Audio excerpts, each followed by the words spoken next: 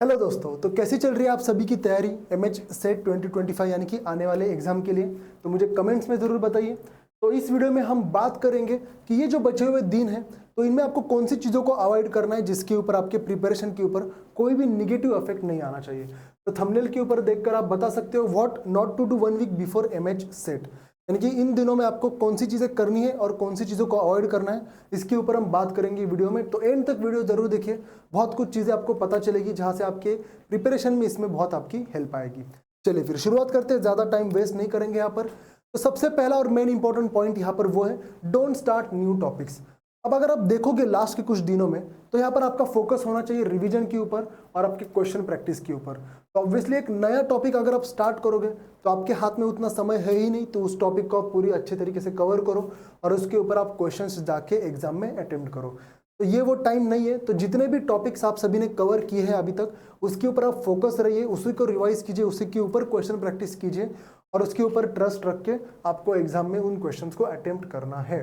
अगर आप देखोगे छोटा टॉपिक भी अगर आप लोगे तो एक वीक में वो कवर नहीं होगा, ट्रस्ट में। तो अगर कोई टॉपिक छोड़ा है तो उसको देखिए भी मत, उसके क्वेश्चंस को सिर्फ आप तुक्का लगा के आइए आपके सेट एग्जाम में, क्योंकि वहां पर तो वैसे निगेटिव मार्किंग का कोई सीन होता नहीं है। तो डायरेक्टली आपको लगे वो ऑप्शन मार्क करके आइए, लगा सही आंसर तो चलो बोनस तो मार्क्स मिल ही जाएंगे, ठीक है। तो यहाँ पर आप ध्यान रखिए, avoid learning new topics and focus on revision.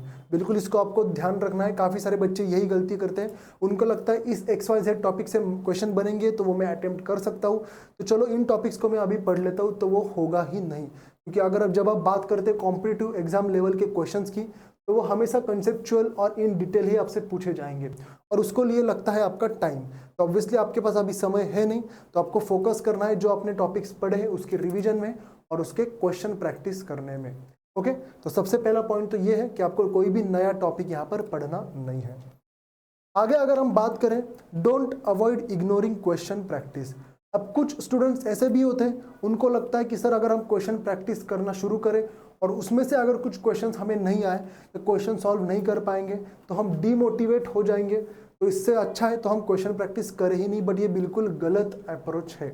Trust में, अगर आपने अभी क्वेश्चन प्रैक्टिस नहीं की, अगर आपके क्वेश्चन अभी सही नहीं लग रहे तो वो एग्जाम में जाकर भी सही नहीं लगेंगे। भले ही आपके अभी क्वेश्चंस गलत हो रहे, कोई प्रॉब्लम नहीं है, उस क्वेश्चन से आपको कुछ ना कुछ सीखने को जरूर मिलेगा। तो ऑब्वियसली आपको क्वेश्चंस की प्रैक्टिस करनी है। अब क्वेश्चंस की प्रैक्टिस करनी है मतलब क्या करना है, सबसे पहले तो आपको सॉल्व करना है यहाँ पर आपके सेट के PYQs।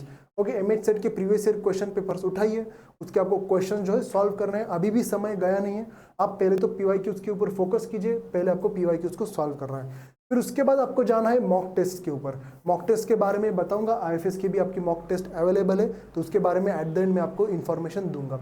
अब मॉक टेस्ट का बेनिफिट ये है क्योंकि वहां पर तो कोई PYQ होगा नहीं, अलग टाइप के क्वेश्चंस होंगे, न्यू टाइप के क्वेश्चंस होंगे जो आपके एग्जाम में आपको देखने को मिलेंगे। तो सबसे पहली प्रायोरिटी आपकी सेट के PYQs की होगी और फिर उसके बाद एक्स्ट्रा क्वेश्चंस यानी कि जो है आपके मॉक टेस्ट। बट क्वेश्चंस को इग्नोर नहीं करना है, क्वेश्चन सॉल्विंग प्रैक्टिस आपको करनी ही पड़ेगी एंड दैट्स मैंडेटरी। आप किसी भी स्टूडेंट या किसी भी टॉपर से पूछ लो, कोई भी ऐसा नहीं कहेगा कि क्वेश्चंस की प्रैक्टिस मत करो, वैसे ही एग्जाम में जाओ और वहां पर जाकर सीधा क्वेश्चन सॉल्व करो। ये कोई भी आपको बताएगा ही नहीं, ना ये कोई टीचर बताएगा और ना ही कोई दूसरा कोई स्टूडेंट या टॉपर भी आपको ये चीजें कहेगा। हर कोई ये बोलेगा कि आपको क्वेश्चंस की प्रैक्टिस करनी पड़ेगी। क्वेश्चन से डर के काम नहीं चलेगा, क्वेश्चंस को हमें फेस करना पड़ेगा। तो सेकेंड ये चीज है, don't avoid ignoring question practice. आगे अगर हम बात करें, थर्ड जो पॉइंट है, डोंट अवॉइड निग्लेक्टिंग पेपर 1। अब जो हमारा सेट का एग्जाम है 2 पार्ट्स में डिवाइडेड होता है, सबको पता है। सेकंड पार्ट तो हमारा सब्जेक्ट रिलेटेड यानी कि केमिस्ट्री होगा, बट जो पार्ट 1 है वो होगा आपका एप्टीट्यूड।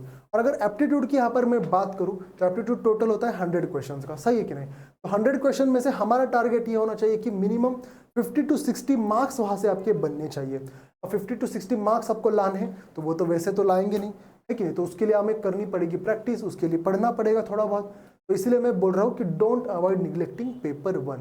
तो उसके लिए रिवाइज एप्टीट्यूड टॉपिक्स, एप्टीट्यूड के जो भी टॉपिक्स है आप सिलेबस एक बार देख लीजिए, उसको आप रिवाइज कीजिए एंड प्रैक्टिस क्वेश्चन। तो उसके लिए भी आपके सेट के जो PYQs है एप्टीट्यूड में आए हुए तो उससे एक आइडिया लग जाएगी किस तरीके के क्वेश्चंस है जो आपके एप्टीट्यूड में बन रहे हैं, तो उसको भी आपको प्रैक्टिस करनी है। तो नीचे यहाँ पर मैंने मेंशन किया है ensure minimum 60+ marks from aptitude. ऐसा क्यों मैंने यहाँ पर कहा है, क्योंकि अगर आप कट ऑफ देखोगे ना सेट का कट ऑफ जनरल कैटेगरी के लिए होता है अराउंड 155 टू 160 मार्क्स का। अब आप मान लो 60+ मार्क्स या 60 ही मार्क्स आपके एप्टीट्यूड से आए, 60 मार्क्स मतलब सिर्फ 30 क्वेश्चन आपके सही आए अराउंड 50 क्वेश्चन से, तो अगर आप देखोगे आपको सिर्फ 100 मार्क्स ही यहाँ पर लगेंगे केमिस्ट्री से, तो आपको बहुत सारा जो बर्डन है केमिस्ट्री से वो आपका कम हो जाएगा। नहीं तो अगर आप मान लीजिए मार्क्स ही नहीं ले पाए पार्ट 1 यानी कि एप्टीट्यूड से, कुछ 20 या 30 मार्क्स से आप क्या है, तो फिर इसके बाद 130-140 मार्क्स जो है आपको केमिस्ट्री में लाने पड़ेंगे, और कई बार ये चीज़ें बहुत ज़्यादा डिफिकल्ट हो जाती है एक स्टूडेंट के लिए। इसलिए मैं यहाँ पर बार बार इंसिस्ट करता हूँ कि एप्टीट्यूड को इग्नोर मत करो। एप्टीट्यूड बोनस देकर जाएगा आपको, वहाँ से आपके 55, 50, 60 मार्क्स आ गए तो इट्स मोर देन सफिशिएंट। उसके बाद आपके 100 या 110 मार्क्स कैसे भी करके आपके केमिस्ट्री से बन जाएंगे, और फिर उसके बाद आपका जो सेट है वो एक ही बार में क्लियर हो जाएगा। क्योंकि सेट का जो हमारा टारगेट है वो हमारा 160 टू 165 मार्क्स का है। इतने आपके मार्क्स आ गए, आई एम प्रिटी श्योर 100% जो है आपका सेट का एग्जाम क्लियर हो जाएगा, इंस्पाइट ऑफ पेपर कौन सी भी डिफिकल्टी का आ जाए। अभी तक जो है 160+ आपका कट ऑफ कभी भी नहीं गया है इस एग्जाम का, ठीक है। तो पेपर 1 को तो आपको निगलेक्ट बिल्कुल भी नहीं करना है। आखिर में don't panic about syllabus coverage, trust on the topics which you have covered and focus on high weightage topics. इन दो बातों को आप ध्यान में रखिए। भले ही आपका सिलेबस नहीं खत्म हुआ होगा, मान लीजिए कोई टॉपिक छूट गए, फिजिकल का कोई टॉपिक रह गया है, ऑर्गेनिक या इनऑर्गेनिक का, तो जैसे कि मैंने स्टार्टिंग में भी कहा था, उनको आपको लीव करना है। बिल्कुल अभी यहाँ पर जल्दबाजी मत कीजिए, और उसकी वजह से पैनिक होने की जरूरत बिल्कुल नहीं है। जो भी टॉपिक्स आपने प्रिपेयर किए हैं उसको ट्रस्ट में रखिए, उसके ऊपर ट्रस्ट कीजिए, और उसी टॉपिक्स को आपको यहाँ पर एग्जाम में सॉल्व करना है। हर एक टॉपिक से आपको क्वेश्चंस भर भर के देखने को मिलेंगे एग्जाम में।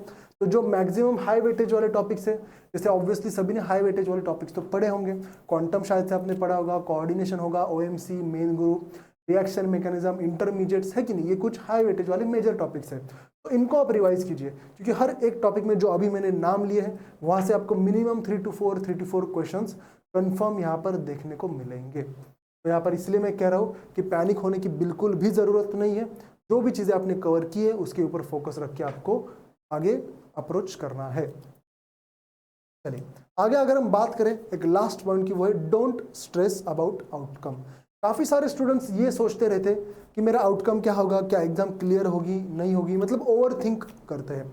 ओवर थिंक से क्या होता है, ऑब्वियसली एंजाइटी इंक्रीज होती है कि नहीं। तो हमें सिर्फ फोकस इसके ऊपर करना है कि ज़्यादा से ज़्यादा मार्क्स कैसे लाए, और आपका जो बेस्ट है वो हम किस तरीके से एग्जाम में दे पाए। रिजल्ट जो है बाद में आएगा, कट ऑफ जो है बाद में हमें पता चलेगा, बट अभी जो हमारा काम है वो है हम हमारा बेस्ट दे आपके आने वाले एग्जाम में। तो ओवरथिंक बिल्कुल नहीं करना है। पेपर कैसा आएगा, लास्ट पेपर इजी आया था, डिफिकल्ट आएगा, तो इस बार का पेपर उसके कंपैरिजन में डिफिकल्ट होगा, इजी होगा, है कि नहीं। मुझे क्वेश्चन सॉल्व करने आएंगे नहीं आएंगे, चीज़ें याद आएंगी नहीं आएंगी, इसके ऊपर आपको सोचना नहीं है। फोकस आपका रिवीजन के ऊपर होना चाहिए, क्वेश्चन प्रैक्टिस के ऊपर होना चाहिए। अल्टीमेटली जब आप एग्जाम हॉल में जाओगे, आपके सामने जब पेपर आएगा, जब आप क्वेश्चन में देखोगे, तो अगर आपने उसके रिलेटेड चीज़ें पढ़ी है तो आपको 100% वो चीज़ें याद आएगी एग्जाम में, ट्रस्ट में। अगर कोई चीज़ें पढ़ी ही नहीं है तो बिल्कुल उसके बारे में आपको कुछ भी याद नहीं आएगा। तो आउटकम के बारे में एंड ऑल इन चीज़ों के बारे में आपको बिल्कुल भी सोचना नहीं है अभी, ठीक है। तो यही कुछ पॉइंट्स थे। तो आपके प्रिपरेशन में यहाँ पर आईएफएस किस तरीके से हेल्प कर रहा है आप देखिए। अगर आप जाओगे यूट्यूब के ऊपर तो बहुत सारे फ्री सेशंस आपके लिए चल रहे हैं, अभी भी चालू है। सुबह 11 बजे जो है ऑर्गेनिक इनऑर्गेनिक फिजिकल इनके क्वेश्चन प्रैक्टिस का सेशन होता है, और शाम को यहाँ पर 5 बजे हितेश सर का भी सेशन होता है ऑर्गेनिक का। तो आप दोनों भी सेशंस यहाँ पर ज्वाइन कीजिए, देखिए लाइव सेशंस आप देखते रहिए, रिकॉर्डिंग्स भी आप बाद में देख सकते हो।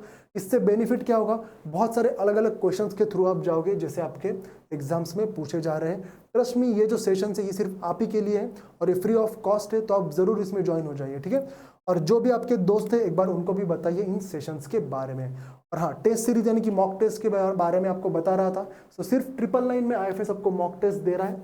आईएफएस 30 का कूपन कोड है, फ्लैट 30% ऑफ आईएफएस आपको दे रहा है। तो बिल्कुल यहाँ पर आप देख सकते हो topic wise test, mock test और स्टडी प्लानर भी आपको इसमें मेंशन किया गया है। तो अगर इसमें आप एनरोल हो जाते हो तो आपको बहुत ज़्यादा बेनिफिट मिलेगा, ठीक है।